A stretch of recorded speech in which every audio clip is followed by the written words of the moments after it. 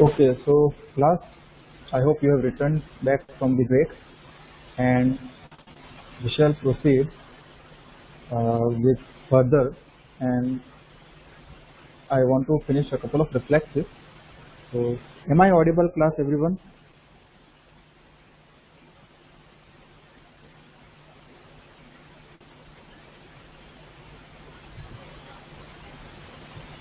Am I audible? Okay, low voice. So now is it clear? Okay, so fine, and the slide is also visible, right? Fine. So what we were discussing a while back regarding the cross extensor reflex, हम cross extensor reflex के बारे में बात कर रहे थे और हमने ये देख लिया कि वो सेगमेंटल रिफ्लेक्स है, ना कि लोकल. लोकल सेम साइड पे होगा और सेगमेंटल अब दोनों साइड पे वो इंटीग्रेट होगा. अब हम बात करेंगे जनरल. जनरल मतलब कि जो पूरे बॉडी के काफी सारे मसल्स को इन्वॉल्व करता है. तो general static reflex it has a generalized effect on many muscle groups. बहुत सारे मसल्स को इफेक्ट करेगा in response to stimulus, so that stimulus is localized. वो स्टिमुलस एक ही साइड से आएगा at one side of the body. So the stimulus is arising from one side of the body, but the reflex is incorporating many muscles or it has the effect on many muscle groups. तो इसमें आएंगे तीन reflexes. First of all, the attitudinal reflex, second is the long loop reflex, and third is writing reflex. और ये एक ही एक category है कि जिसको याद रखने में थोड़ी मुश्किल आती है कि लोकल इजी है, सेगमेंटल इजी है, लेकिन जनरल में है. ये जनरल में और तीन कैटेगरी आती है, एटीट्यूडनल, लॉन्ग लूप और राइटिंग. एटीट्यूडनल रिफ्लेक्सेस के और दो कैटेगरीज है. तो मतलब ये जो है आपको ये ध्यान में रखना है और इसलिए मैंने एक ब्रेक दिया था ताकि आप इसको अच्छे से समझ पाए. तो first of all, what are general reflexes? General means generalized effect on many muscle groups. The stimulus is from one side of the body but the effect is generalized on many muscles. एक ये बात हुई. कितने इसमें reflexes आएंगे? तीन, attitudinal, long loop और writing. तो एटीट्यूडनल कौन से है? एटीट्यूडनल में आएंगे टोनिक लेबिरिंथाइन और टोनिक नेक. टोनिक लेबिरिंथाइन और टोनिक नेक. एटीट्यूड में आपको एक अच्छा सा तरीका बताता हूँ कैसे याद रखना. एटीट्यूड मतलब not the layman attitude, right. Attitude मतलब कि आपका हेड और आपके बॉडी का अलाइनमेंट कैसा है with respect to gravity. The alignment of your head and the body with respect to gravity, that is the attitude, right. That becomes your attitude. तो यदि हेड का अलाइनमेंट अगर हॉरिजॉन्टल जो जमीन है और उसके रिलेटिव हेड का अलाइनमेंट यदि चेंज है, तो यहाँ पे आपके लेबिरिंथ में मतलब कि जो वेस्टिबुलर रिसेप्टर स्टिमुलेट होंगे. और चूंकि ये एंगुलेटरी डिस्प्लेसमेंट नहीं है, तो इसमें स्टिमुलेट होंगे हमारे यूट्रिकल और सैक्यूल के जो रिसेप्टर्स है. लेबिरिंथ में दो टाइप के रिसेप्टर्स है, एक है यूट्रिकल और सैक्यूल में और दूसरे है सेमी सर्कुलर कैनाल में. तो इसमें यूट्रिकल और सैक्यूल में जो रिसेप्टर्स है वो ज्यादातर स्टिमुलेट होते हैं टोनिक लेबिरिंथाइन रिफ्लेक्स. और ये कब स्टिमुलेट होंगे? जब आपका हेड का अलाइनमेंट बॉडी से चेंज हो जाएगा और respect to the horizontal line, ground के रिलेटिव, ग्राउंड के कंटेक्स्ट में, हॉरिजॉन्टल प्लेन के कंटेक्स्ट में आपका हेड का अलाइनमेंट चेंज हो रहा है, तो वहां पे ये लेबिरिंथाइन रिफ्लेक्स इनिशिएट होंगे. और यदि हेड के साथ मान लो कि खास करके neck, meaning that the neck is the joining junction between the head and the body. So if the neck is having some amount of stretch, neck के लेवल पे यदि कोई stretch है with respect to the horizontal plane, so that gives rise to the tonic neck reflexes. So there is tonic labyrinthine reflex and tonic neck reflex. मैं बारी बारी से आपको ये समझाता हूँ so that it becomes clear. तो सबसे पहले आएगा tonic labyrinthine reflex. Now you can read this, what is being showed on your screen.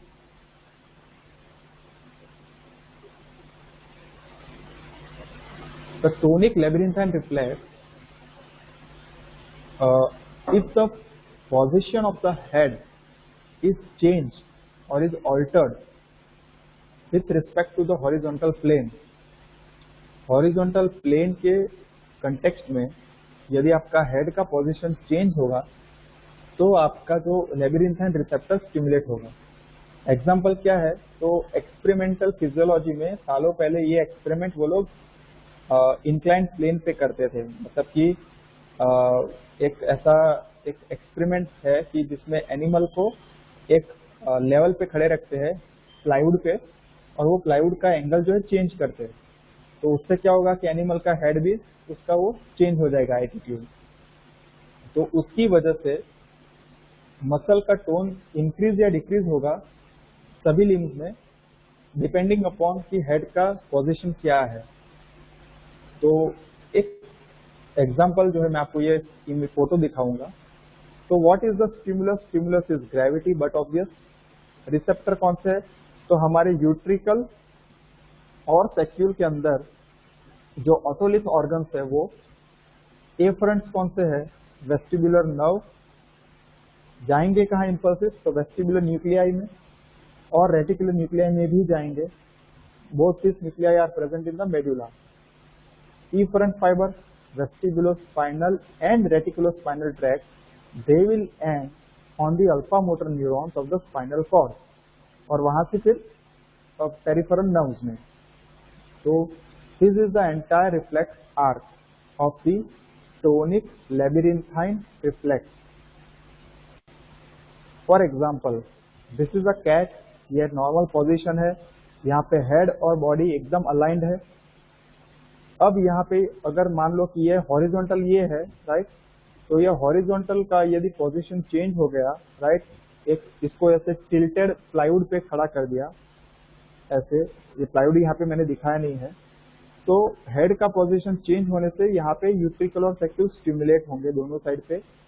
तो अभी ये कैट को यदि अपना बैलेंस मेंटेन करना है तो यहाँ के एक्सटेंसर मसल्स जो है वो स्ट्रॉन्ग हो जाएंगे, क्योंकि इस साइड पे गिरने की संभावना है।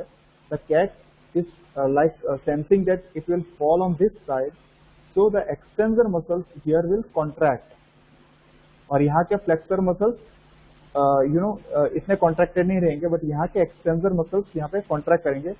और see you can see this thing, the cat और dog stands on an inclined plane, the plane is tilted to right, right. तो यहाँ पे प्रीवियस इमेज में लेफ्ट में था, लेकिन आप इमेजिन करें कि राइट में टिल्ट होगा, तो जिस साइड पे हेड का टिल्ट होगा, जिस साइड पे हेड का टिल्ट होगा, इंक्लिनेशन होगा, उस साइड पे मतलब लेबिरिंथाइन रिसेप्टर स्टिमुलेट होंगे, और उसी साइड पे लिम्स का एक्सटेंशन होगा और अपोजिट साइड पे लिम्स का फ्लेक्शन होगा। तो आपको टोनिक लेबिरिंथाइन रिफ्लेक्स में केवल एक ही चीज याद रखनी है कि जिस साइड पे हेड का टिल्ट हो रहा है उस साइड पे लिम्ब का एक्सटेंशन ज्यादा होगा, राइट, और अपोजिट साइड पे फ्लेक्शन होगा। This is very important. So the labyrinthine reflexes are very important specially for the extensor muscle. ये टोनिक लेबिरिंथाइन हो गया। अब ये सभी रिफ्लेक्सेस पीडियाट्रिक्स में बहुत ही ज्यादा अच्छे से समझने में आते हैं, या फिर आपको समझ में आएंगे जब आप सेकंड थर्ड ईयर में पीडियाट्रिक्स वार्ड में आप देखेंगे न्यूनेट्स में, तब ये रिफ्लेक्सेस आपको उनमें ज्यादा अच्छे से पता चलेंगे। तो वो एस्पेक्ट जो है पीडियाट्रिक्स का एस्पेक्ट मैं अभी कवर नहीं करूंगा, बिकॉज वो ज्यादा इन डेप्थ हो जाएगा और ये अभी आपको जरूरी भी नहीं है। Whatever was important that I have already discussed. So this slide, tonic labyrinthine reflex, I found on net and I just included because I wanted to show you that you can elicit all these reflexes in neonates. Just for that I have included. I am not going to explain you because this is more in detail, in depth, so you can skip it. So ये tonic labyrinthine reflex है। Tonic neck reflex, तो tonic neck reflex मैंने जैसे बताया कि नेक के muscles का जो स्ट्रेच होगा उससे वो रिफ्लेक्स इनिशिएट होगा। तो when the position of head and body both are different, मतलब कि बॉडी का पोजीशन कोई एक है और हेड का पोजीशन कोई और है, राइट। इस वाले एग्जांपल में हेड और बॉडी दोनों का पोजीशन टिल्ट हो रहा है। यहाँ पे हेड और बॉडी दोनों का पोजीशन टिल्ट हो रहा है एक साथ, और यहाँ पे रिसेप्टर से लेबिरिंथाइन। लेकिन टोनिक नेक रिफ्लेक्स के अंदर बॉडी का पोजीशन कोई एक है, हेड का पोजीशन कोई अलग है। तो इससे क्या होगा कि नेक के मसल स्ट्रेच होंगे, और वो स्ट्रेच की वजह से पेसिनियन कॉर्पसल्स है, राइट, और मसल स्पिंडल्स वो एक्टिवेट होंगे, और उसका सेंटर है मेडुला और इफरेंट है उसका कॉर्टिकोस्पाइनल ट्रैक्ट। तो टोनिक नेक रिफ्लेक्स के इफरेंट है corticospinal tract. What are the reflex responses? Responses कौन से होंगे? तो टोनिक नेक रिफ्लेक्स में ये जो मैंने ये पहला जो बोल्ड किया है वो ही इंपॉर्टेंट मैं आपको समझाना चाहता हूँ। तो the reflex response will depend upon what is the position of head in relation to the body. तो मान लो सबसे पहले कि यदि आप हेड को, I will show you this reflex here, head को यदि मैंने राइट साइड पे मैंने टर्न किया है, तो ये पहले हेड सेंटर में था, अब मैंने इसको टर्न किया राइट साइड पे, तो मतलब the position of the head is changing with respect to the body. तो नेक का जो स्ट्रेच होगा, तो उस स्ट्रेच की वजह से नियोनेट में ये वाला लिम्ब एक्सटेंशन होगा, मतलब ऑन द जिस साइड पे आपने टर्न किया उस साइड पे, मतलब इप्सिलेटरल साइड पे एक्सटेंशन होगा। There will be extension on the same side and flexion on the opposite side. This is tonic neck reflex. Paediatrics में इसको asymmetrical tonic neck reflex भी बोलते हैं, मतलब कि asymmetrical tonic neck reflex, ATNR। नहीं याद रखना है आपको, आपको केवल ये याद रखना है, turning of head sideways will lead to flexion of the contralateral limb and extension of the ipsilateral, right। तो ये एक है। दूसरा है कि वेंट्रोफ्लेक्शन, मतलब कि यदि आपने आपका head you have turn down, ventroflexion of the head with respect to the body, right, और डॉर्सिफ्लेक्शन। तो वेंट्रोफ्लेक्शन डॉर्सिफ्लेक्शन दोनों अलग अलग है। तो क्या होगा, इफ देयर इज वेंट्रोफ्लेक्शन तो जो फोरलिम्स है वो फ्लेक्स होंगे और हाइंड लिम्ब है वो एक्सटेंड होंगे, और यदि आपने डॉर्सिफ्लेक्शन किया तो आपके फोरलिम्ब एक्सटेंड होंगे और हाइंड लिम्ब फ्लेक्स होंगे। तो these are the tonic neck reflexes, turning of the head sideways, then dorsiflexion and ventroflexion. तो ये दोनों को सिमेट्रिकल नेक रिफ्लेक्स बोलते हैं, क्योंकि यहाँ पे दोनों साइड पे रिस्पॉन्स सेम आएगा, और उस वाले को एसिमेट्रिकल बोलते हैं क्योंकि दोनों साइड पे रिस्पॉन्स अलग अलग है। तो these are the reflexes. Now don't ask why this is happening. These are all reflexes. These are protective reflexes which have evolved from the lower hierarchy. Animals से अपने में इवॉल्व हुए हैं, और ये न्यूनेट्स में देखने को मिलते हैं बिकॉज न्यूनेट्स का ब्रेन डेवलपमेंट इतना नहीं होता, तो ये न्यूनेट्स में देखने को अच्छे से मिलते हैं। तो ये टोनिक नेक रिफ्लेक्स हो गया, और ये tonic लेबिरिंथाइन। So I hope it is clear. Let me ask, otherwise some of you may just leave the group, leave the meeting. Is that clear?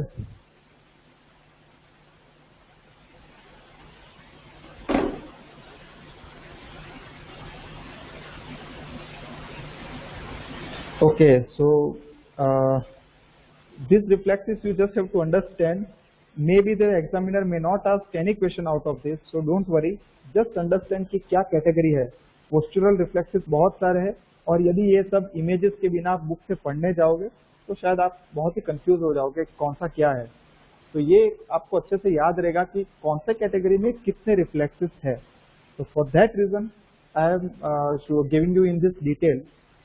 It may happen that ये exam point of view से इतना important नहीं होगा ये topic, लेकिन वो आप लोग डिसाइड कर लीजिए कि बुक में क्वेश्चन पेपर में इसमें से कितने क्वेश्चंस आए हैं।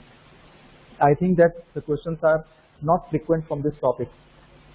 फाइन। सो एक हो गया ये जनरल जनरल रिफ्लेक्सेस में, ये एक हो गया टोनिक नेक और टोनिक लेबिरिंथाइन। अभी नेक्स्ट कैटेगरी है एटीट्यूड रिफ्लेक्सेस में टोनिक नेक और टोनिक लेबिरिंथाइन दो आ गए। अभी एटीट्यूड के बाद आएगा long loop reflex. Long loop मतलब कि वो उसका लूप बहुत ही लंबा है, वो रिफ्लेक्स आर्क बहुत ही लंबा होता है और वो पॉलीसिनेप्टिक है। So the centre is the cerebral cortex. ये बहुत ही इजी है, इसमें ज्यादा कुछ नहीं है। Just understand that when you are standing, तो स्टैंडिंग के वक्त हमने देखा कि पॉजिटिव सपोर्टिंग रिएक्शन काम करता है एंकल जॉइंट को स्टेडी करने के लिए।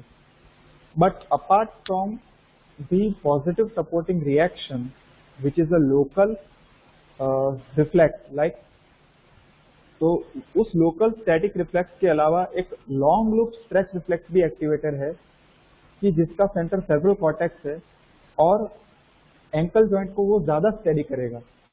सो during standing if there is any forward or backward movement, थोड़ा भी यदि फॉरवर्ड या बैकवर्ड मूवमेंट होगा तो उससे जो भी मिनिमल स्ट्रेचिंग होगा गैस्ट्रोक्नेमियस का या फिर tibialis मसल्स का, तो apart from the stretch reflex, long loop polysynaptic reflex है जो सेरेब्रल कॉर्टेक्स में जिसका सेंटर है वो भी एक्टिवेट होगा और वो गैस्ट्रोक्नेमियस को और ज्यादा कॉन्ट्रैक्ट करवाएगा, gastrocnemius and the tibialis muscles whichever direction the sway is। तो उसकी वजह से हमारा टू एंड फ्रो मूवमेंट, मतलब वो जो पेंडुलस लोलक की तरह जो मूवमेंट होने की संभावना है, पेंडुलस मूवमेंट, वो कम हो जाएगा। whenever you are standing you are likely to fall forward or behind। वो पेंडुलस मूवमेंट को स्टेडी करने के लिए लोकल सेगमेंटल रिफ्लेक्स है, उसके अलावा एक लॉन्ग लूप रिफ्लेक्स भी है, मतलब ये डबल एक कंट्रोल है। तो उसको उसमें कौन हेल्प करेगा, तो विजुअल इनपुट सबसे ज्यादा। आप यदि थोड़ा बहुत भी आपको वाइब्रेटरी परसीव होगा टू एंड फ्रो मूवमेंट, तो वो आंख से आपको पता चल जाएगा कि आसपास का वो like you know the inputs, you will have visual input about body sway and that will initiate the long loop postural reflexes। So one is proprioceptive and the other is visual। There are two long loop reflexes, मतलब कि long loop reflexes में भी दो है, एक है proprioceptive। तो proprioceptive मतलब कि जो भी proprioceptive impulses है वो कॉर्टेक्स तक भी जाएंगे, और दूसरा है visual। So this is important। So long loop reflexes is quite easy to understand। Now the importance of these two reflexes can be realized in patients with lesions of dorsal column। dorsal column जिसका damage हो गया हो तो उसमें ये बहुत ही दिक्कत आएगी क्योंकि उसमें सेंसरी एटेक्सिया होगा। तो ये जब भी प्रैक्टिकल्स हम लेंगे रिफ्लेक्सेस का, और ये जब मैं रूमबर्ग साइन समझाऊंगा आपको, तब ये मैं आपको रिकलेक्ट करवाऊंगा कि एक लॉन्ग लूप रिफ्लेक्स हमने पढ़ा था। तो ये आपको एक इंदु खुराना में है, ये आप अप्लाइड में ये पढ़ लीजिएगा, राइट। ज्यादा डीप में मैं अभी नहीं जाऊंगा। नाउ जनरल रिफ्लेक्सेस में आ गया सबसे पहले एटीट्यूड, एटीट्यूड में आ गया लेबिरिंथाइन और नेक रिफ्लेक्स, फिर आ गया लॉन्ग लूप रिफ्लेक्स, और थर्ड है राइटिंग रिफ्लेक्स। राइटिंग रिफ्लेक्स भी बहुत छोटा है और बहुत ही इजी है। मेरे पास बहुत ही अच्छे डायग्राम से ये समझाने के लिए। करना क्या है इसमें कि हेड और बॉडी को दोनों को इरेक्ट पोजीशन में रखना है। कोई भी सर्कमस्टेंस हो, कोई भी कंडीशन क्यों ना हो, हेड और बॉडी को इरेक्ट रखना है। Erect position means they has to be in the upright standing position whatever be the circumstance। So the center for these reflexes for all the writing reflexes, so there are many writing reflexes for your level, for the MBBS level, what I am going to cover that is only important। So the center is in the midbrain। midbrain में जो red nucleus है तो वहां पे उसका centre है, except the optical righting reflex. Optical righting reflex का जो सेंटर होगा वो रेड न्यूक्लियस में नहीं होगा। तो उसका इफरेंट कौन सा है, रूब्रोस्पाइनल एंड रूब्रो रेटिकुलर फाइबर। ये दोनों उसके इफरेंट फाइबर्स है। एक सिंपल है, आपको इसमें ज्यादा कॉम्प्लिकेट नहीं करना है। Let's say there is an animal, cat, dog और काउ। कैट, डॉग और cow. If some of you have pet at their home, आपके घर में यदि कोई पेट होगा, पेट कैट या पेट डॉग, तो आप कर सकते हो इसमें। इतना ध्यान रखना कि वो काटेगा नहीं। तो if a pet animal is there, you can make it lie on its back. आप उसको सुला दो तो वो रिफ्लेक्स ऑटोमेटिकली पता चल जाएगा आपको। If there is a pet dog और cat at your home, you can elicit this reflex in that animal, right? So what is happening is that if a animal, you make it sleep or you make it lie on its side, right? You make it lie on its side. It doesn't want to lie, it doesn't want to sleep, and you are forcibly making it lie on its side. What it will do? It will first lift। आप जैसे ही उसको आप forcibly उसको लाई करोगे, उसका head सबसे पहले वो it will make its head upright, और उसके बाद वो बॉडी को अपराइट कर देगा। So you try to put the animal on its side, और आप उसको बाद में हाथ अपना विड्रॉ कर लो, तो सबसे पहले उसका हेड खड़ा हो जाएगा और फिर उसका बॉडी इरेक्ट पोस्चर में आ जाएगा। So the animal finally resumes the upright posture.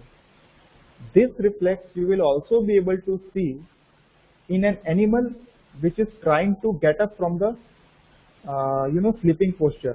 जैसे आपने cows में देखा होगा, cow और buffalo or any animal which is sleeping, it is sleeping with its outstretched limbs। cat, dog और कोई भी एनिमल हो जो आराम से वो सो रहा है अपने आउटस्ट्रेच लिम्ब से, तो वो एनिमल को यदि जब भी खड़ा होगा तो सबसे पहले वो अपना हेड जो है वो अपराइट करेगा, और हेड के अपराइट होने से क्या होगा कि यहाँ पे नेक मसल्स स्टिमुलेट होंगे फिर से, और फिर ये वाला हिस्सा जो है वो अपराइट होगा, और फिर ये वाला हिस्सा अपराइट होगा। So this is the righting reflex. It is no rocket science, it is nothing complicated. ये मैंने आपको डायग्राम दिया ताकि आप राइटिंग रिफ्लेक्स समझ पाओ कि if an animal is lying on its side, the head is first to come to the erect posture, उसके बाद बॉडी। तो केवल यही याद रखना है। तो this is the righting reflex. अभी इफ एन एक्सपेरिमेंटल एनिमल जिसका हमने कॉर्टेक्स को और लोअर ब्रेन को अलग कर लिया, जैसे कॉर्टेक्स और स्पाइनल कॉर्ड को यदि हमने अलग कर लिया, if you have cut at the level of medulla, then the animal can never assume the upright posture because there will be no writing reflex. All these reflexes are experimental reflexes. They were they were studied in the experimental animals by transacting at the level of medulla, pons, midbrain, अलग-अलग level पे उन लोग ने cut किया और फिर उन्होंने ये रिफ्लेक्सेस स्टडी किया कि क्या होगा। So there is a chain of reaction, एक के बाद एक होगा, पहले हेड आएगा, फिर नेक आएगा, फिर अपर बॉडी और लोअर बॉडी। तो each reflex will lead to the next one. तो ये राइटिंग रिफ्लेक्स है, ज्यादा इसमें कुछ और करना नहीं है। तो राइटिंग रिफ्लेक्स में एक केवल मैंने ये ऑप्टिकल राइटिंग रिफ्लेक्स मैंने माइनस किया था कि उसका सेंटर मिड ब्रेन में नहीं है। ऑप्टिकल राइटिंग रिफ्लेक्स का सेंटर विजुअल कॉर्टेक्स में है। मतलब देखने से पता चल जाएगा कि आप you are lying and you will try to develop an erect posture. So this is about the righting reflex. So coming to the what we discussed in the general reflexes, कहाँ गया? General static reflex, stimulus is there on one side of the body and it is going to involve many muscles. It will involve many muscle groups. सबसे पहले आएगा attitudinal, attitudinal में tonic नेक और tonic लैबिरिंथाइन, फिर आएगा long loop reflex, फिर आएगा writing reflex. So this is in short about the different reflexes. तो पहले आएगा लोकल, सेगमेंटल और जनरल के अंदर ये तीन। So this is in short about these reflexes. Now I covered till here. Now I'm going to cover something else too, statokinetic reflex. So are things clear so far?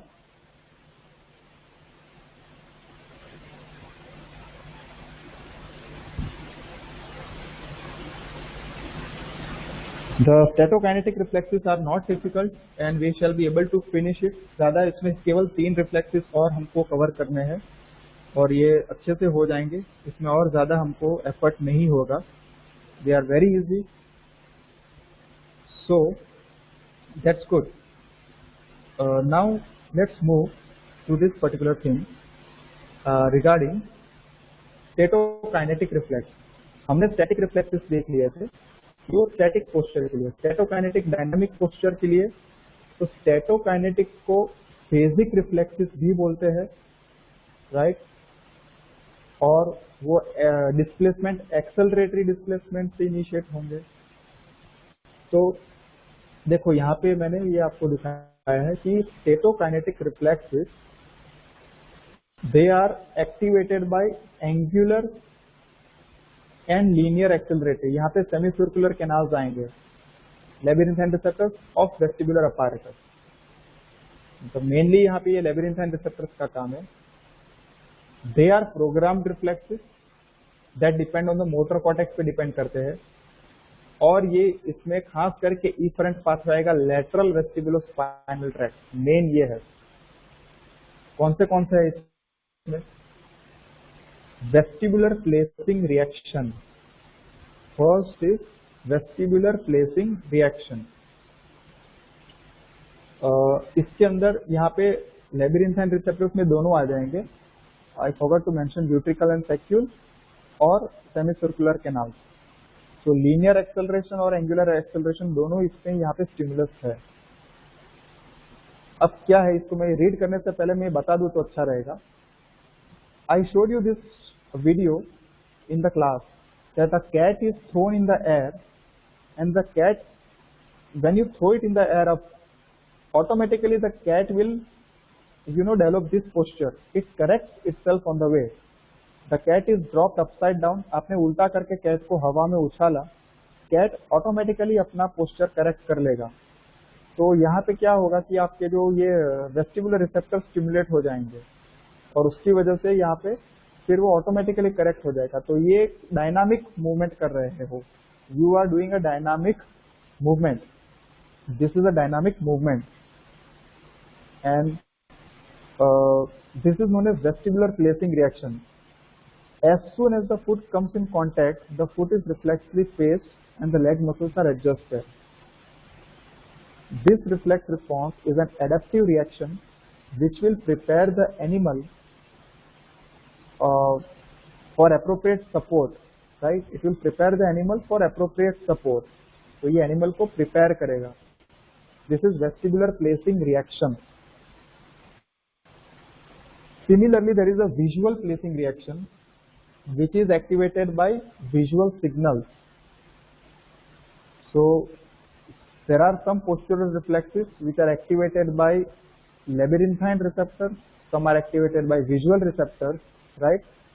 So हमारे पास ये दोनों है, meaning that if the cat, अगर आप cat को blind fold कर दोगे, यदि आप कैट के आंख पे पट्टी मार दोगे, तब भी ये कैट यही रिफ्लेक्स डेवलप करेगा, right? So there are vestibular placing reactions and there are visual placing reaction. ये दो हो गए. तो इसमें ज्यादा कुछ नहीं है. आपको इसके लिए मेरे पास और कोई फिगर नहीं है. आपको ये अच्छे से समझ लेना है कि there are visual signals as well. So if the vestibular apparatus is damaged, then the visual system will compensate for it. That is the point. Last postural reflexes में last है hopping reaction. Hopping मतलब कि hopping you have to understand that it is like a jumping reaction. So lateral sideways movement को hopping बोलते हैं. कि I'll show you this thing. For example, this dog is there, right? Dog खड़ा है और आपने यदि उसको साइड में से धक्का दिया, तो यहाँ पे ये जो एग्जामिनर है, what he is trying to do, it is trying to push the dog towards him, मतलब उसको लेफ्ट साइड पे पुश करने की ट्राई करेगा, तो डॉग जो है it will jump and it will immediately assume upright posture. तो यहाँ पे वो जंप करके वो इमीडिएटली फिर से अपने पोजीशन पे आ जाएगा। तो hopping reaction will occur that keeps the limb in position. If the animal is pushed laterally, standing animal is pushed laterally, the animal will jump and again assume an upright posture. So the placing, vestibular placing, visual placing और hopping, ये तीनों जो reaction है, they ensure that the body is not thrown off balance, right? ये इसका importance है। So by this lecture we finished the postural reflexes, and I think I have covered early, so I will show you one video which I showed you in the class, and these reflexes, if you read from the book, you might find it a bit difficult, so you must understand it that it is nothing difficult, you have to understand it. Let me just let I can just share.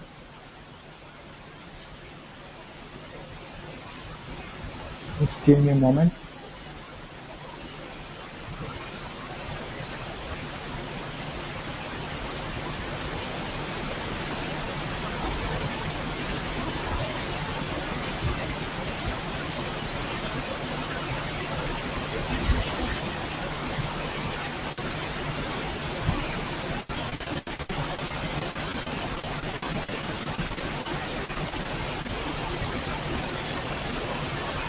So you can see this. So this is positive supporting reaction. This is positive supporting reaction.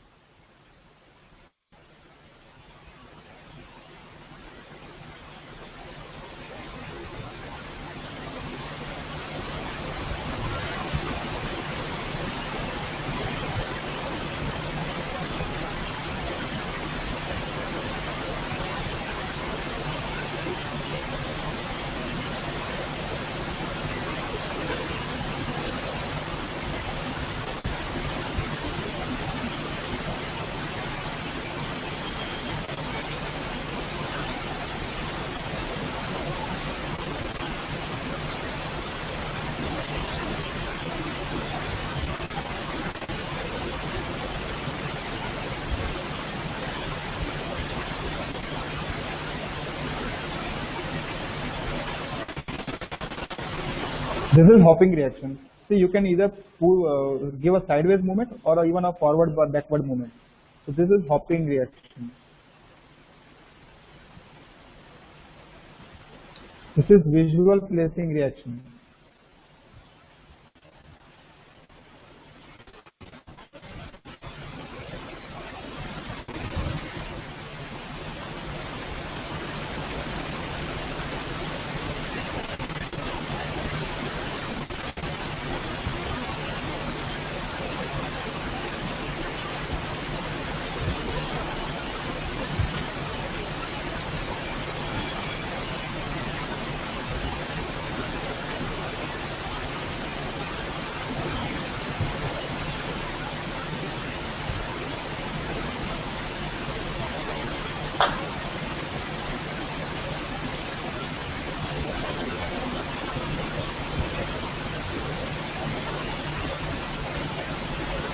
So I hope you have enjoyed this. So here we finish our lecture and we shall meet on Saturday.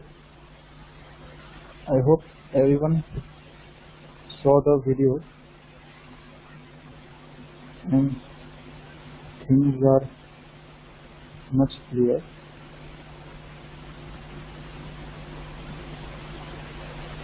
Well, this video is available on YouTube and I'll share the link with you all if you want, and we shall meet on Saturday. So again, Saturday I'm having a lecture between 9 to 10 and I shall cover the remaining part of this topic. So that's all for now. You can enjoy your day. So I shall end the meeting here.